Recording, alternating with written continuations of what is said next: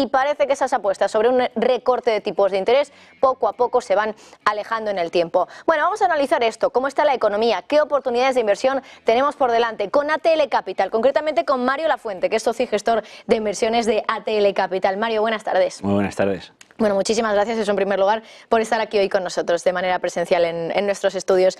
Mario, bajada de tipos, eso es un poco lo que está moviendo más los mercados financieros en los últimos meses, en realidad. Y parece que ahora otra vez, después de los datos de PMI de ayer de Estados Unidos, más de 50 puntos, otra vez en expansión después de año y medio aproximadamente, el mercado vuelve a pensar que a lo mejor no es momento todavía de bajar los tipos de interés. ¿Puede volver a equivocarse el mercado? Porque ya lo hizo con las bajadas de tipos, bueno, pensando que podía haber 7 bajadas en 2024, cada vez piensa que hay menos y cada vez más lejos en el tiempo. ¿Se está equivocando otra vez? Bueno, de momento no sabemos si se ha equivocado o no, porque no sabemos cuántas bajadas va a haber en 2024. Lo que sí ha pasado es que las expectativas del Banco Central americano y las expectativas del mercado se han igualado.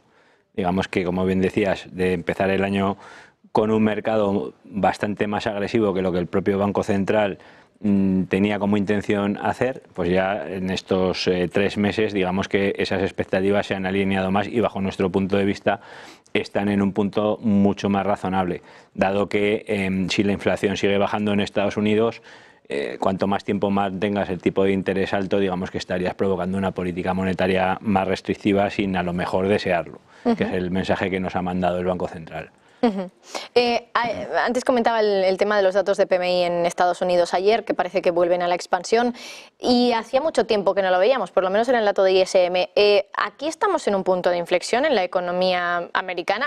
Lleva mucho tiempo estando muy fuerte, pero es verdad que el PMI no lo registraba así, por lo menos el de manufacturas de ISM. ¿Esto es un punto de inflexión y por eso quizá el mercado se lo está tomando tan a pecho como hemos visto en las últimas 24 horas? Sí, yo creo que hay 2 puntos ahí. Uno, por un lado el sector servicios, que lleva mostrando fortaleza en general y en Estados Unidos en particular durante más tiempo, y por otro lado el sector manufacturero, que lleva en territorio de contracción o al menos de expansión muy moderada en el mejor de los casos durante muchos meses. Como la parte de servicios tiene un peso mucho mayor en las economías desarrolladas, digamos que eso ha permitido sostener en buenos niveles los crecimientos del PIB y en Estados Unidos en particular a ritmos francamente buenos. Lo lógico es que conforme el resto de economía se vaya sumando a esa mejora del crecimiento americano, veamos algo de mejora también en los datos de manufacturas.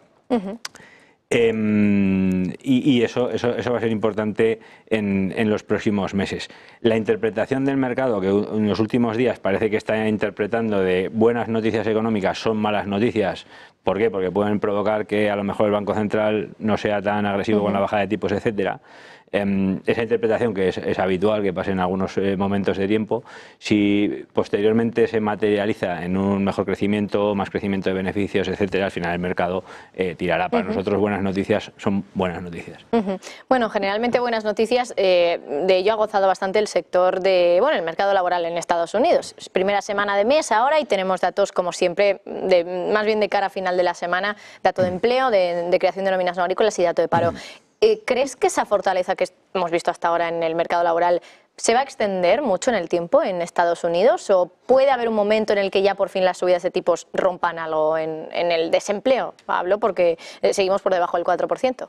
Sí, para nosotros quizás sea la segunda variable más importante en este momento después de la inflación, y la estamos siguiendo muy de cerca, dado que digamos que aguanta o hace que la economía americana, también la europea en menor medida, pero especialmente la americana, sea capaz de soportar esos niveles de tipos de interés altos, aún así manteniendo los niveles de gasto del consumidor americano elevados. Y si viéramos un deterioro en el ritmo de creación de empleo en primer lugar y luego en un incremento del desempleo en segundo lugar, pues eso sí que haría que ese difícil equilibrio que ha venido manteniendo ahora la economía americana con tipos de interés altos, pero todavía siendo capaz de absorberlos, pues podría darse la vuelta. Por eso es muy relevante. De momento todavía todavía hay hueco en el mercado laboral. Yo creo que el ratio de ofertas de trabajo contra desempleados totales en Estados Unidos está como en 2. Hay 2 ofertas por cada desempleado. Por lo tanto, todavía hay hueco para digamos, absorber más empleo. A corto plazo no vemos problemas, pero ya digo que es un mercado, el mercado laboral, a seguir con gran ahínco en los próximos meses. Entiendo que también lo que se debería seguir mucho es el tema de la deuda, ¿no? Llevamos muchos años, bueno, muchos meses, porque en realidad el tema del techo de la deuda se suspendió hace poquito, pero muchos años también con una subida de la deuda continuada, y lo estábamos hablando antes, cada vez hay más expertos que alertan de que este nivel de deuda va a seguir aumentando y que va a llegar a un punto en que no va a ser sostenible, aunque de momento lo está aguantando. ¿Vosotros veis también ese problema en todo lo que tiene que ver con la deuda americana? ¿Pensáis que eso puede explotar en algún momento?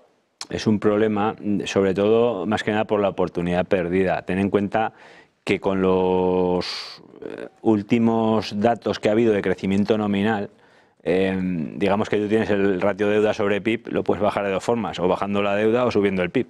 Entonces, lo que ha pasado en estos últimos años es que el PIB ha subido mucho en términos nominales, y es una oportunidad para haber bajado los ratios de endeudamiento. Pero como ha habido un gasto fiscal bastante potente en Estados Unidos, digamos que eso ha sido una oportunidad un poco perdida. Yo no creo que la deuda americana sea insostenible, porque tiene la ventaja de que es la moneda de reserva mundial. Y digamos que puede emitir bastante más deuda de lo que puede emitir un país que no sea moneda de reserva mundial. Dicho eso, si los tipos de interés se mantuvieran en niveles muy elevados durante mucho tiempo, que diera tiempo a tener que refinanciar todo el stock de deuda en circulación, pues obviamente generaría algo de estrés en las cuentas públicas americanas. Probablemente la solución a eso sería subir los impuestos, que es lo que se ha hecho históricamente cuando ha habido este tipo de problemas. Por lo tanto, no creo que sea un problema de insostenibilidad como tal de la deuda, aunque sí que va a exigir a lo mejor más adelante unas medidas algo más impopulares. Bueno, veremos si al final el nuevo gobierno, el que se forme a partir de estas elecciones, sube o baja los tipos de interés más bien. Bueno, hablando ahora de mercados, un poco habiendo ya hecho un análisis de cómo está la situación actual en términos macroeconómicos, ¿dónde están las oportunidades en bolsa, por ejemplo? Porque ahí ahora mismo estamos en máximos históricos. Bueno, y antes de proceder a esta pregunta, creo que es más interesante empezar hablando de la sostenibilidad de estos máximos históricos. De si cuando se confirme la bajada de tipos de interés, que ha pasado históricamente, bajará el mercado. Porque antes, bueno, históricamente cuando ha habido bajadas ha sido por una recesión. Ahora probablemente no lo sea, y las bajadas de tipos lleguen no porque hay una recesión, sino porque ya es suficientemente restrictiva la política monetaria, y por inflación que ya está bajando al 2%, pues toca bajar los tipos. ¿Seguirá la bolsa en máximos históricos después de una bajada de tipos de interés o puede haber una corrección? Como bien decías, el principal motivo será por qué se produce la bajada de tipos. Si la bajada de tipos se produce porque hay un deterioro fuerte de la situación económica, no se sostiene los niveles actuales de bolsa, porque los beneficios obviamente no serían los que se esperan, serían mucho peores, etcétera. Si la bajada de tipos viene porque digamos que la inflación se ha conseguido controlar hasta niveles cercanos al objetivo, y lo que no quieres es tener una política monetaria especialmente restrictiva para el entorno económico actual, que es el mensaje que nos están trasladando en Estados Unidos claramente, y en Europa un poco diferente porque la situación económica es peor, pero digamos que se haría más necesario incluso la bajada de tipos, ¿no?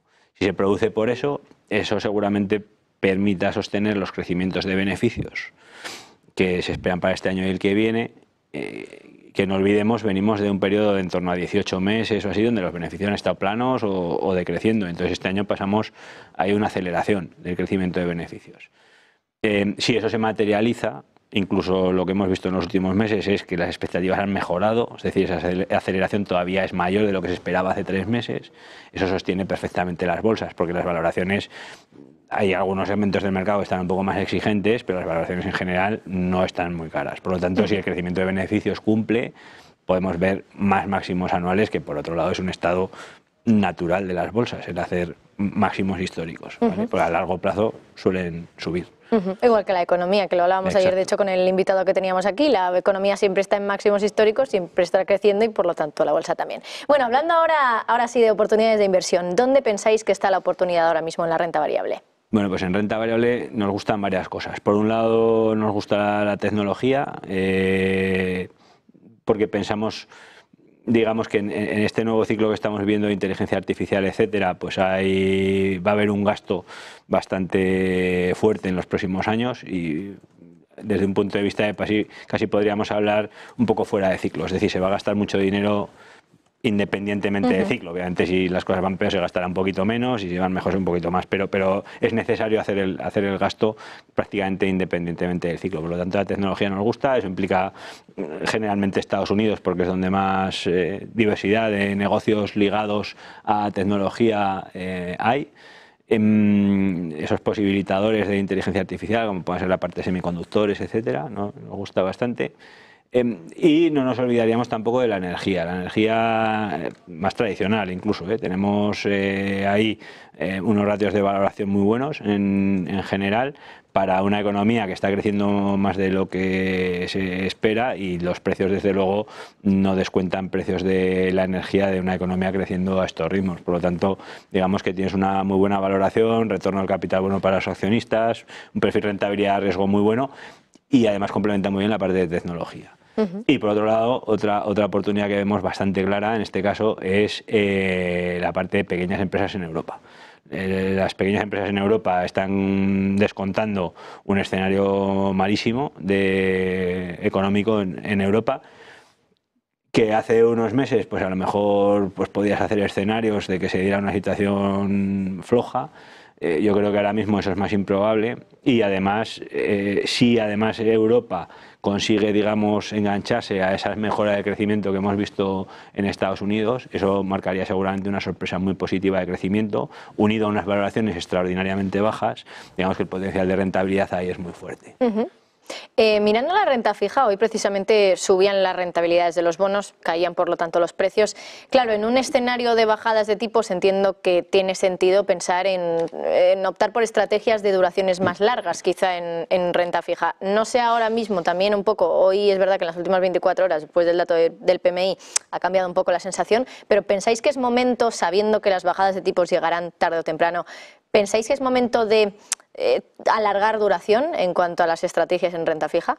Sí, la parte de renta fija tiene varias ventajas, tanto para el inversor conservador como para el menos conservador. Para el conservador tiene la ventaja de que si no esperas que suban los tipos de interés, pues lo puedes ganar, no tienes pérdida, por así decirlo. Y para el inversor más agresivo tiene la ventaja de que te puede ayudar a equilibrar cartera. ¿Vale? En el caso de que haya alguna corrección un poco más fuerte de lo que es habitual todos los años, etcétera, digamos que te puede ayudar a mitigar volatilidad de cartera. Nosotros sí somos partidarios de incrementar duración, digamos que en lugar de hacerlo por la parte larga de curva, somos más partidarios de hacerlo por la parte corta, es decir, pensamos que el tipo de interés a 2 años o a 1 año va a bajar más que el tipo de interés a 10 años. Eso digamos que se puede hacer a nivel profesional, a nivel particular es un poco más complicado de hacer, pero sí que apostaríamos por alargar duraciones, especialmente en gobierno, que es lo que más ha sufrido en este arranque de año, porque toda la parte de crédito, digamos que las primas de riesgo se han comprimido, por lo tanto ahí vemos bastante menos valor de lo que veíamos hace 3 o 4 meses. Pues Mario Lafuente, socio y gestor de inversiones en ATL Capital, muchísimas gracias por estar con nosotros y acompañarnos. Muchas gracias a vosotros por invitarme. Bueno, nosotros hacemos una pausa publicitaria muy rápida y enseguida